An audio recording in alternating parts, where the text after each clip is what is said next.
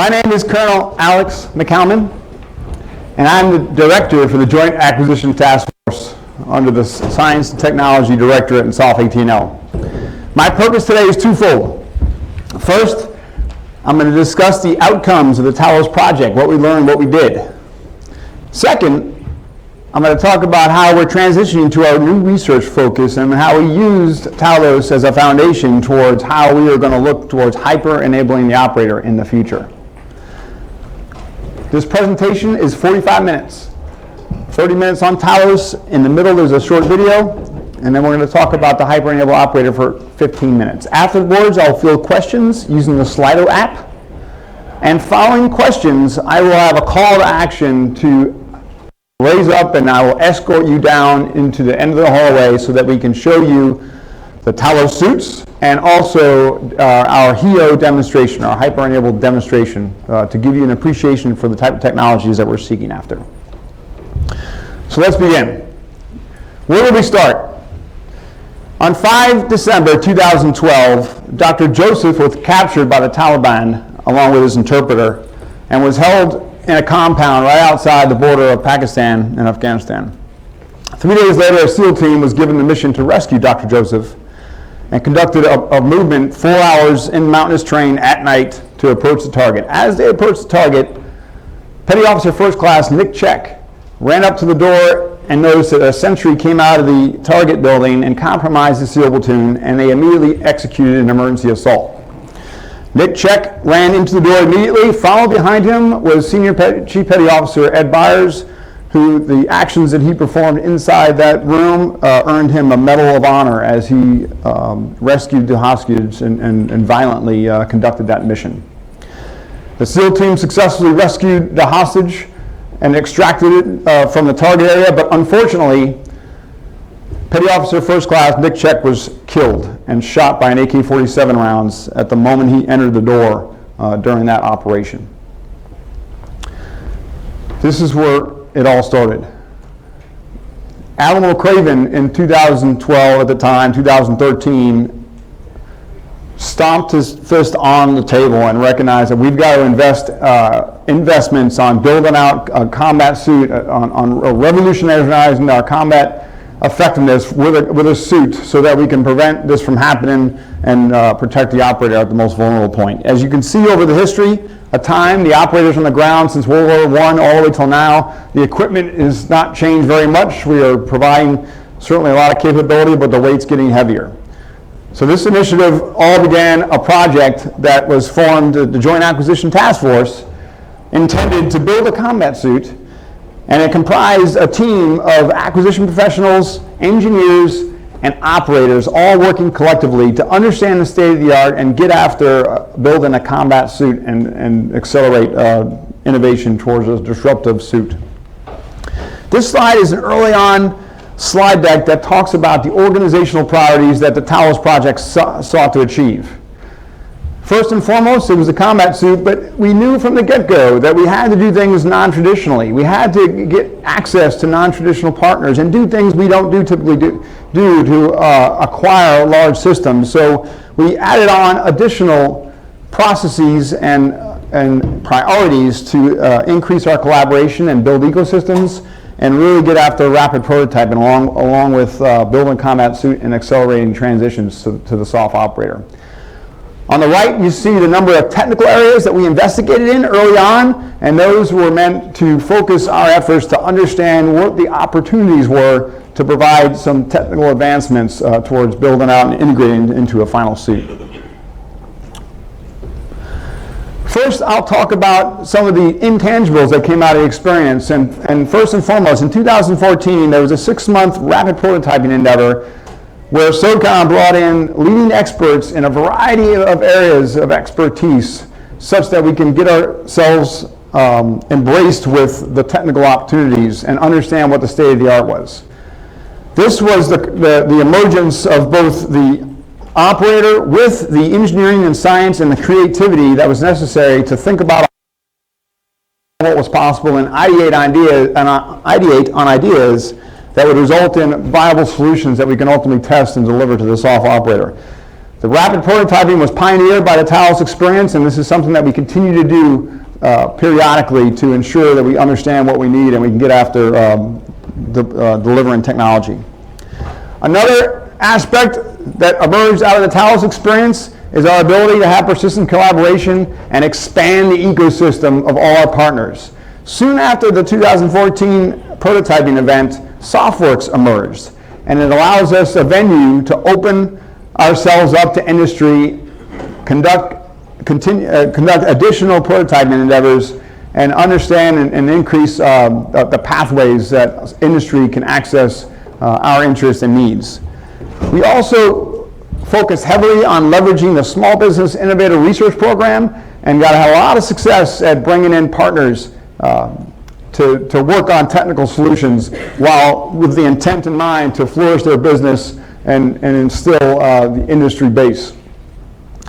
We also developed a blanket cooperative agreement early on that we continue to use since its inception, which increased our collaboration to work with partners. We pioneered some of the first prize challenges that we were executing on. And finally, just recently, as we embrace what Mr. Smith called the mid-tier acquisition authorities, how we're making agile acquisition efforts, the JATF this year has pioneered the first commercial solutions opening pathway that's on FESBIT's ops to allow us to bring more ruggedized commercial opportunities into the space to be able to test prototypes and make decisions to transition towards other transaction agreements. Next, I'm going to talk about the priority of building a combat suit and give a little appreciation of how we started that and how we decomposed the technical areas and what emerged from that experience. What you see up here are the 4 tenets that revolved around and provided our focus and all our technical efforts to achieve one of these or all of these collectively into an integrated suite or opportunities that delivered standalone things that would provide these tenets. Survivability certainly was first and foremost because we were protecting the operator in the fatal funnel. We recognized early that the armor weight was going to be too heavy, so we decided to move forward and investigate the idea of offloading weight and building an exoskeleton, a powered exoskeleton solution. Our situational awareness was important for us to get the best in breed experts to think about how we can fuse different imagers together in a cohesive way to leverage the augmented reality experience and what those opportunities are, and we made a lot of headway in the beginning towards that endeavor. And lastly, it was the surgical lethality with the intent of shortening the time to target engagement and create the opportunities for novel weapon integration opportunities. What I'm going to do now is give you a snapshot of the life cycle of the whole experience, from the beginning all the way until today. And I can tell you that there's an enormous amount of learning that went on during this experience that SOCOM has gained.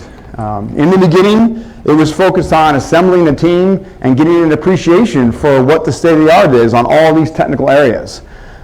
Ideating, forming the teams and building it such that we can have these experiences and know what to move forward with viable ideas as we moved ahead.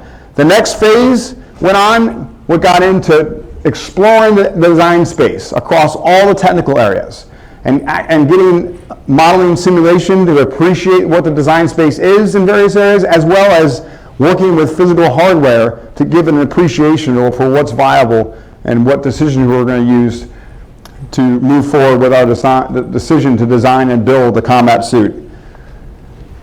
Overlapping that and continuing on was the effort to design and build the combat suit. And because decided and was deliberate about this, not to make one prime vendor have the responsibility to take what we tried to achieve and deliver it in 5 years, we as a government wanted to take on a responsibility as being the prime integrator so that we can learn as much as possible for a little amount of investment relative to what you would do for a prime vendor and soak up the learning as much as possible. So we took the best in breed vendors on component trees of the system and worked them through and had a very exciting experience in the decoupled nature of our development to ensure that we maintain the configuration and we pushed the technical edge all the way up to the edge and realizing we had to back off and refactor our design such that it's leveled and everybody understood and really embrace establishing what those government interfaces were so that we can ultimately come with a functioning system in all our technical areas. The last phase of what I would call is this past year, we've been doing the system integration for these prototypes in the suit, and we've been demonstrating the prototypes to our users, to our components, to understand the viability and the opportunities to move from here. With that history behind us, with my next portion of the brief is going to go through the technical areas to just highlight what we achieved, what we actually did, and give you a little bit of appreciation for how we got there.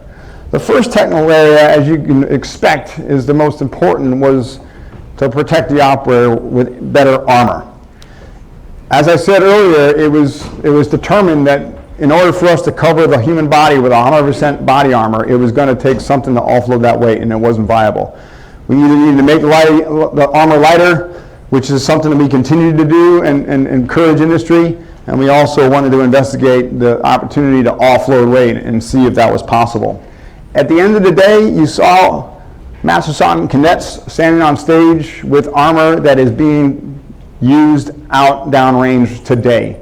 It's lightweight, it's optimized for the most prominent threat, but it's so lightweight that the operators are willing to put more on to allow them to cover more of their surface area, to give them added protection for when they go into the dark at night and expose themselves onto the high-risk missions that they're used to doing. Along the way, you see in the bottom the evolution of prototyping that went on to appreciate what it takes to cover the human body with armor, and wrestling with the trade-off space, the trade space involving the protection level, the size, the weight, and also the encumbrance and the range of motion restrictions that is imposed when you put things around the human body. All that was learned and appreciated and ended up feeding into how we were going to integrate that into the exoskeleton as we did that. But along the way, the partners that we developed and the vendors we worked with conducted their own internal research. They teamed up, and what emerged was the armor that you see on stage, and it was a big win for us to celebrate and appreciate. Power was another technical area which was necessary if we sought out to go after an exoskeleton that was powered to offload weight. This was a very difficult challenge, the most limiting factor, and everybody knew in the beginning. As we all know, power is always the constraint that it's limiting our ability to do things. But at the end of the day, that we work with to build battery solutions was able to leverage the opportunity and the armor and build battery plates that are conformed into ballistic plates such that you can save space and have a better conformal package to power systems to provide added capability to the operator. These plates are ballistic tested, right, but they're still nascent. They're still in the testing and development phase to see the viability and see what the possibilities of this are. In the beginning, the initial power requirement to build this exoskeleton was extremely large. It was 5 kilowatts for 12 hours, which meant that in order to achieve that power with batteries, you needed 600 pounds of lithium-ion batteries, and that it clearly was not something viable for someone to wear or even use. So that forced the team to look at alternate power sources, and we looked at solid oxide fuels, and we looked at hybrid engines. They were too big. In 2016, we reduced that requirement by 20-fold in order to package the most compact power enclosure system with the best-in-breed modern batteries as we can at the time to deliver what we assumed to be 1 hour of power duration for what we were trying to do on the combat suit.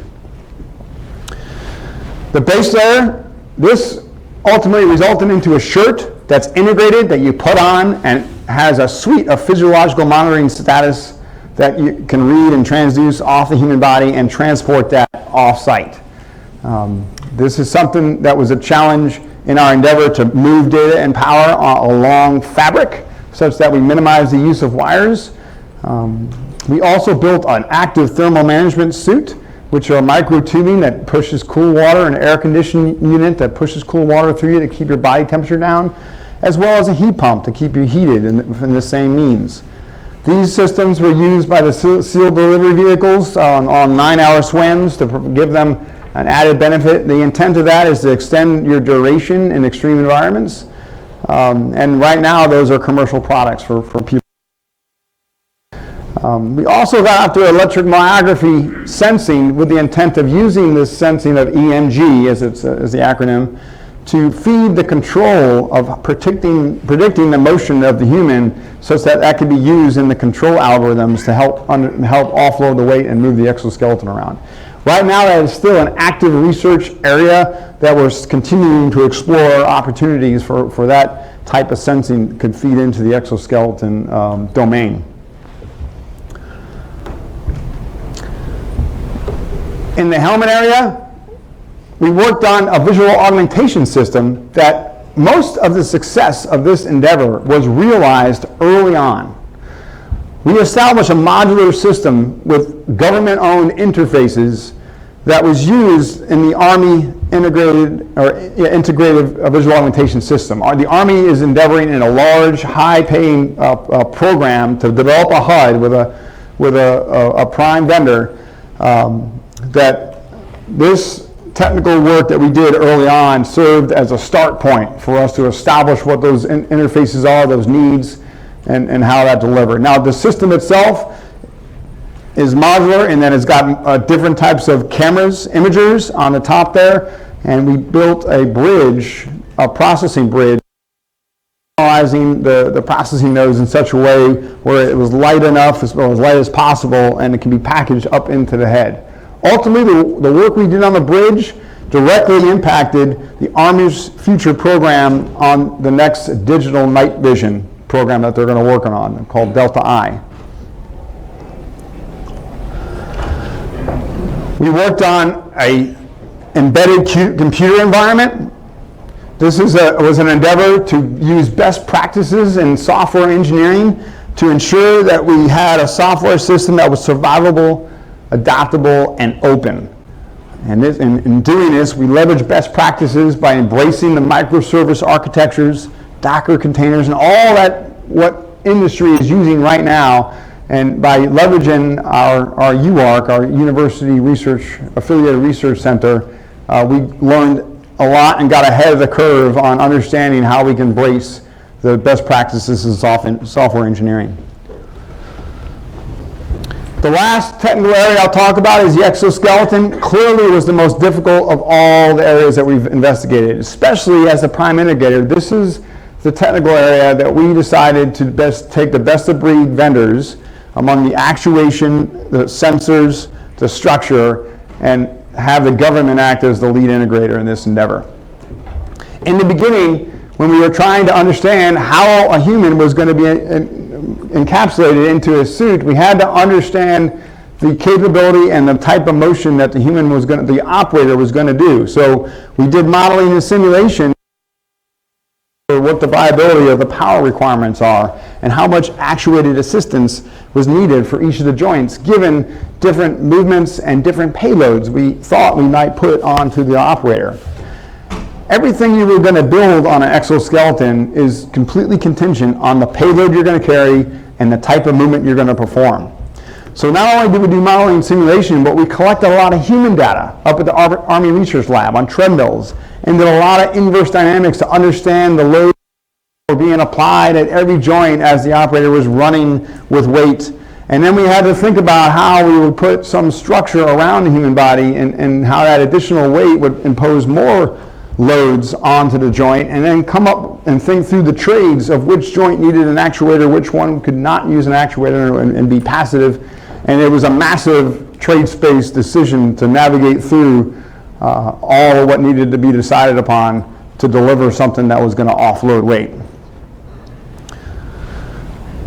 After doing all the modeling and data collection, we then went into building prototypes. We built a lot of prototypes early on. Several of them over this another rapid prototyping series. And again, what we learned, we confirm our modeling, we confirm our data collection with real hardware, and we get an appreciation of what the true trade space is on how viable it is to offload weight. And what we learned early on is that it's all contingent on how much weight the platform is going to be and how efficient things are.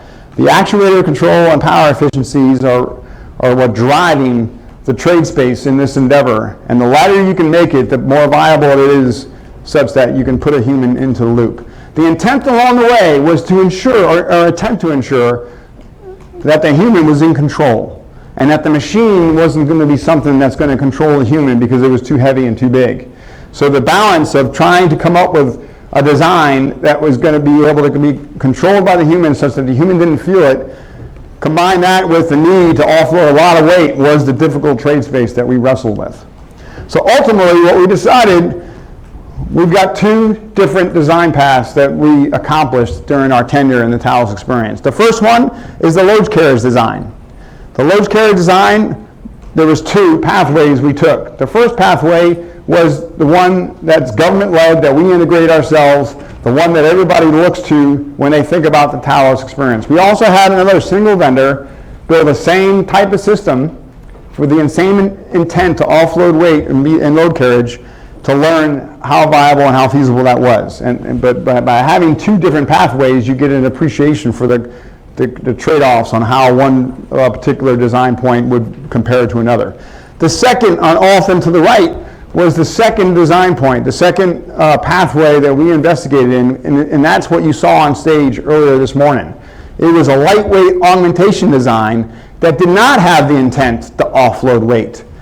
In this design, we were just a metabolic assistance, so a boost in the ankle such that it will help you run faster or let you endure a longer march with ankle assistance on flat terrain. Knees will help you on an elevation or descend with more weight to allow you to carry more weight, but not offloading it through the structures of the ground like the load carriage did. So we went down both these pathways, and here we are at the end, maximum learning in both these areas. The first one was a load carriage design. The System Assistant Mark V suit that we put together that sought to offload weight. The objective of this suit, there was four. One was to augment strength. Two was to offload payload as much as possible. Number three, it was to minimize the restrictions that you would have if you put the human into the exoskeleton. And number four was to maximize duration. This suit is not combat effective to conducting the combat close quarter mission that it was originally designed for. So knowing that, we focused on the integration of the subcomponents and ensuring that they were functionally sound and can be demonstrated to our components, and we can learn as much as we can across all these components so that we can feed that learning into our future endeavors for each of the techs itself. For most of these, we've completed all that learning and learned as much as we can as we move on to the hyper-enabled operator.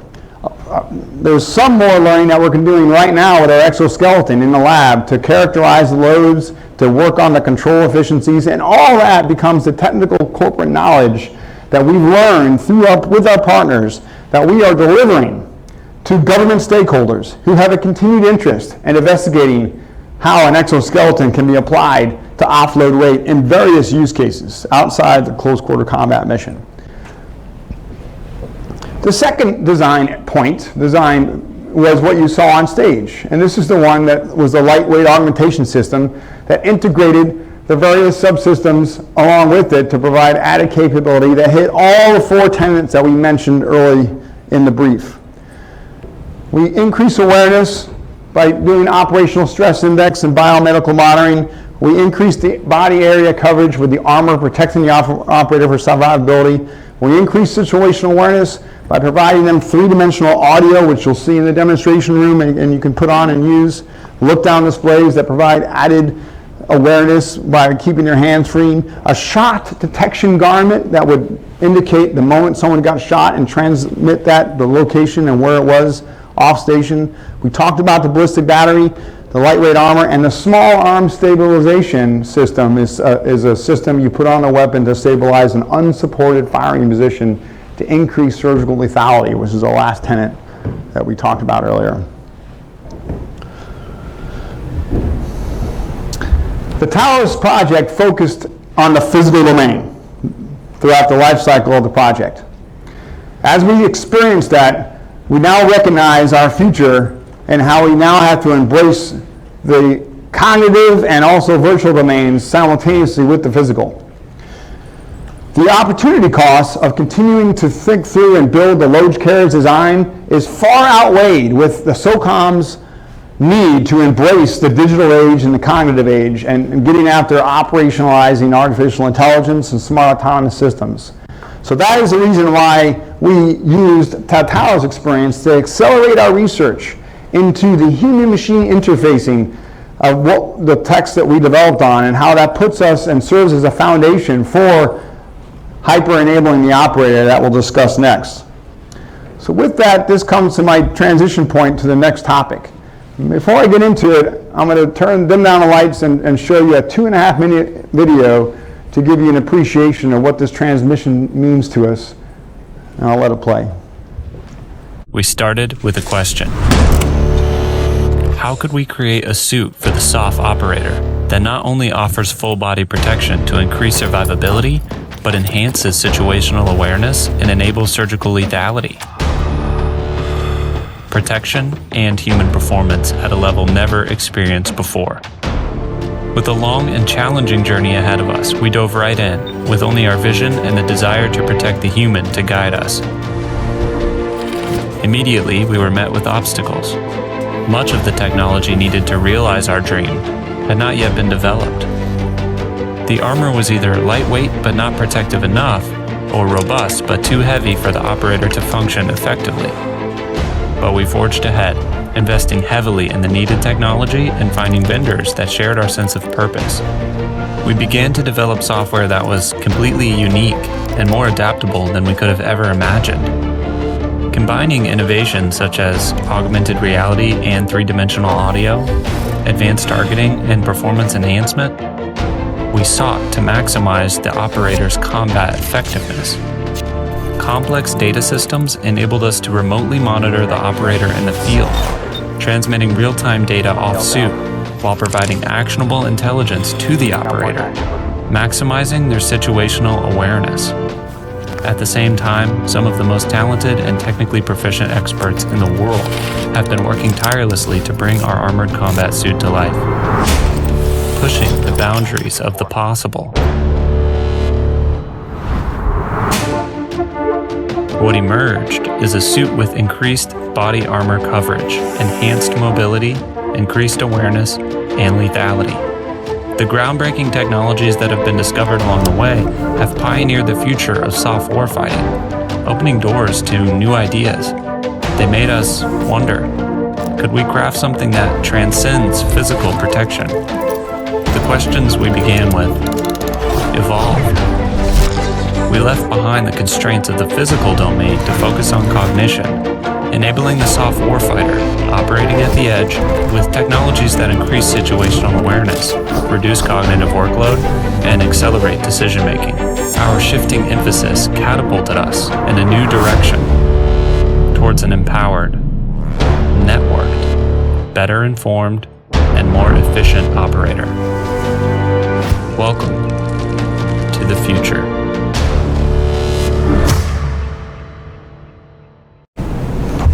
All right, I hope that fired you up. It fired me up. So that brings us to our next topic, the hyper-enable operator, which is certainly something, there was a lot of thought that went on this on the past 6 months, really a year since General Thomas announced this last SOFIC. First and foremost, the J5 has put together the future operating concept to understand the cross-domain, multi-domain environment we're going to be faced with, but that's not only physical, but also the virtual domain includes the cyberspace, but the cognitive domain that has to do with influencing minds and perceptions of competitors and populations. We also recognize that all the emerging technology and smart autonomous systems, artificial intelligence, the Internet of Things, and how everything is going to be connected, all this is going to be democratized, and everybody's going to have access to this. So because of this, our competitors are going to have the means to leverage these technologies to predict and act faster than we are.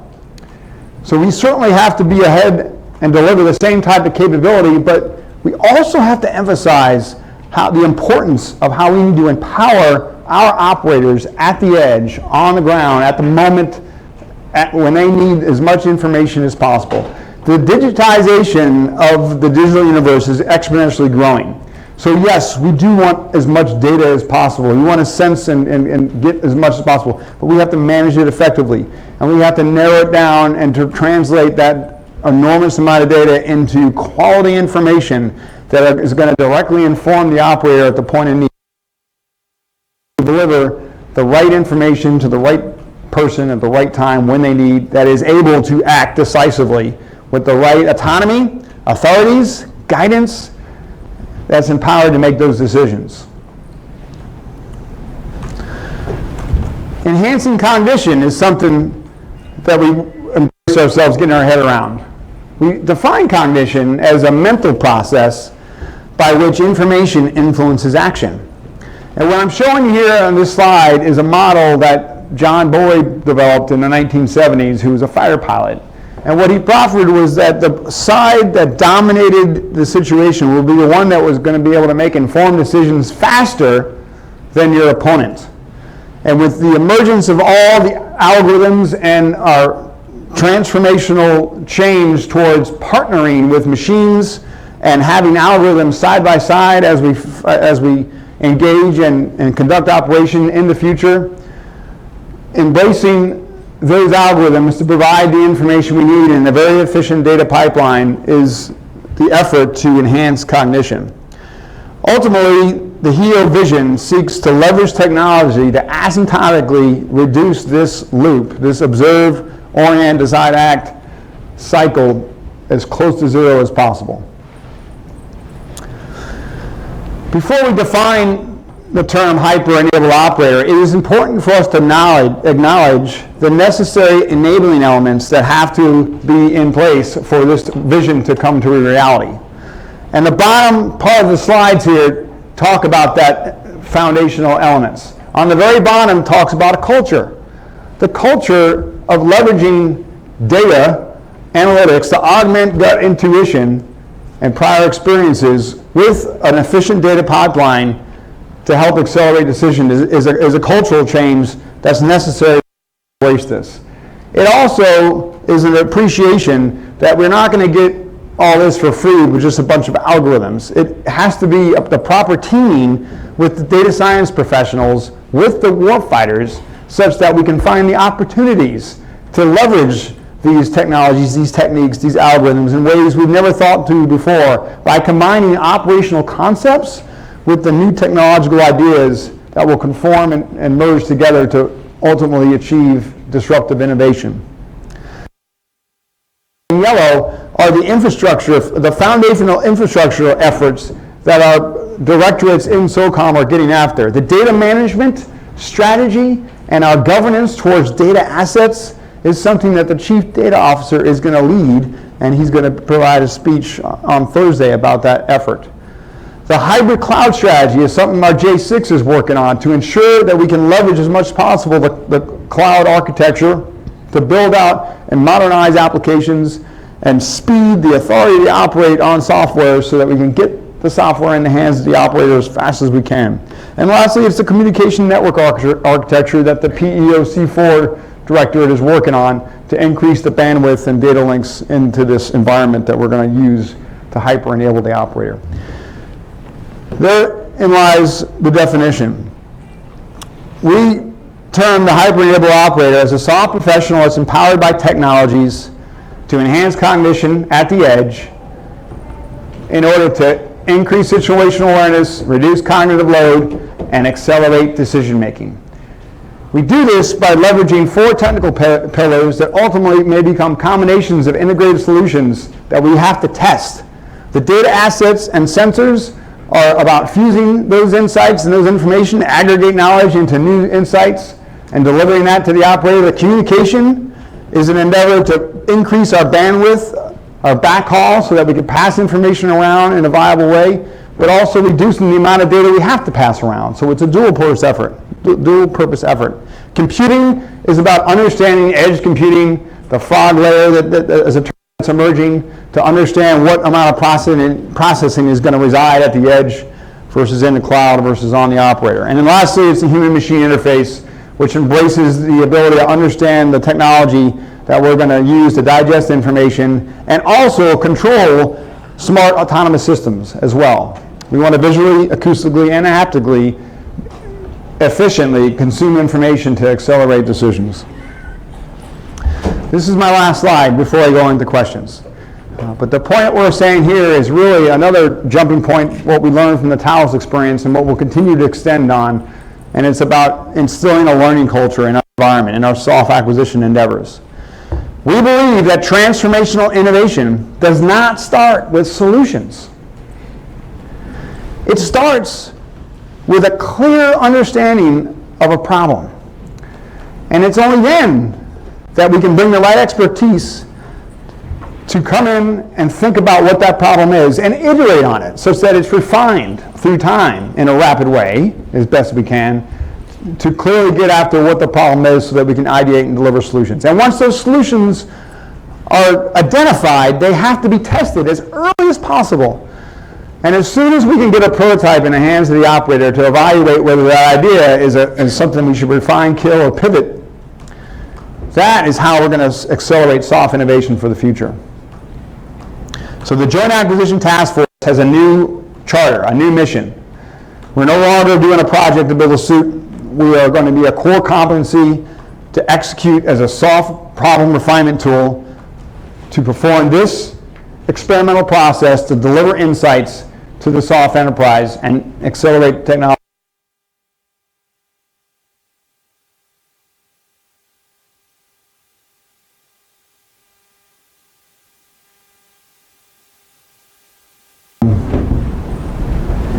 To answer them.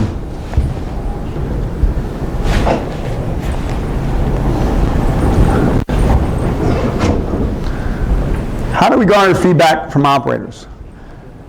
So number one, we start with the operators that are in-house on our team. Currently we have 2 operators from the Ranger Battalion, one as a MARSOC operator and another Green Beret. They are the ones that are the touch points to the components. From the prior units, from the people they know. Simultaneously, the 06 operational director has contacts to talk with components. And we continuously engage with the SDT councils, the components, the J9s, all the people that are at the component level where the users are, and we leverage our network of connections in order for us to get access to insight both internally and externally from the tribe that we have internally, which is the true value proposition of what the JATF provides. So if you had 5 kilowatts JPA generator that weighs 20 pounds, would that re-enable the full exosuit with 100% body coverage? 100% body coverage is something that we've determined that is not necessarily possible with physical armor, because as you get into the junctional areas and thinking about what can move and how that's going to encumber the operator, you're going to have to make trades on what spaces you're going to give up. Also, going back to my point about weight and efficiency, right? An increased power efficiency may not necessarily improve the actuation efficiency and the control efficiency that is necessary. So all that combined is such that we've got to minimize the weight of the structure, with power only being one of the tradable variables component that has to improve with regard to efficiencies in that endeavor. So it's a complex trade space, and there's certainly opportunities to continue with that research endeavor. The Army is still interested in it, to offload payload, and we learned a lot along the way. Have you considered leveraging commercial activity program? So keep in mind, this is our first year. This is our transition year. We were half doing TALOS projects and now ramping up and emerging on our HEO technical work. We are in the business of delivering prototypes, and certainly leveraging the IoT space is something we want to do. What we're about to do is walk you down into our demonstration area to give you a feel for what we call the interconnected battlefield of things, which is synonymous to the Internet of Things, but without having an internet.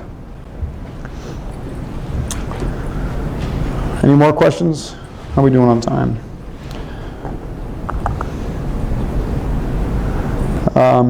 Of the 4 combat tenets, suit came in, which areas had the most progress and which had the least?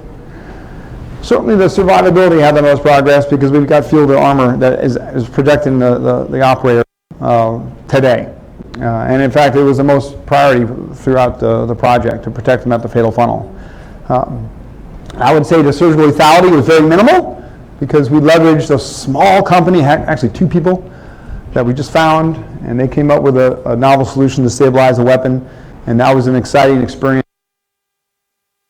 and converge on to something that's looking like to be a viable solution for not everybody, but for different use cases of how you can stabilize your weapon, whether it's a long gun or potentially in the future some sort of crew serve weapon or platform or minigun. The situational awareness was something that we learned a lot and contributed the most to the IVAS program. And it was a decision on our part to not necessarily compete with the Army, not necessarily compete, but to get a lot of money into that HUD program. So we are partnered with them. And the prototypes that come out of that program are something that we also get, and we start, and our Rangers are tightly integrated into that program. And all of what we did in the IVAS was a very tremendous the Army on the IVAS program, and it served as a foundation for our future.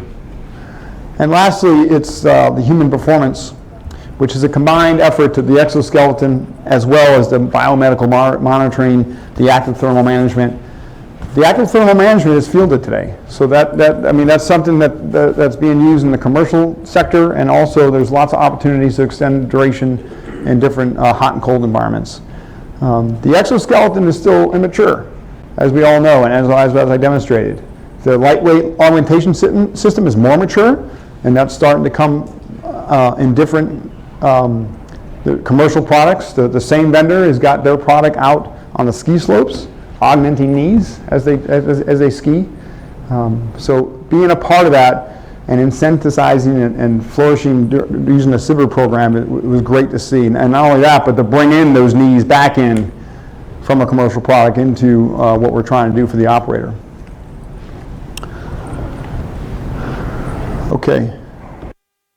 We have time for this last question. All right, last question. If we had an offering platform technology to the HEO, how does one participate? Yeah. Currently, right now, there is a commercial solutions opening pathway that's on FizBizOps that talks about the HEO. And it earlier. That's one means. We are conducting these disruptor events currently right now that is certainly ongoing, and there's a HEO, hyper-enabled operator, technical focus in that endeavor. So my answer to that question is the enduring some commercial solution opening that's on FizBizOps right now is being the primary pathway, as well as engaging with SOFWorks and partnering with them to find those additional opportunities.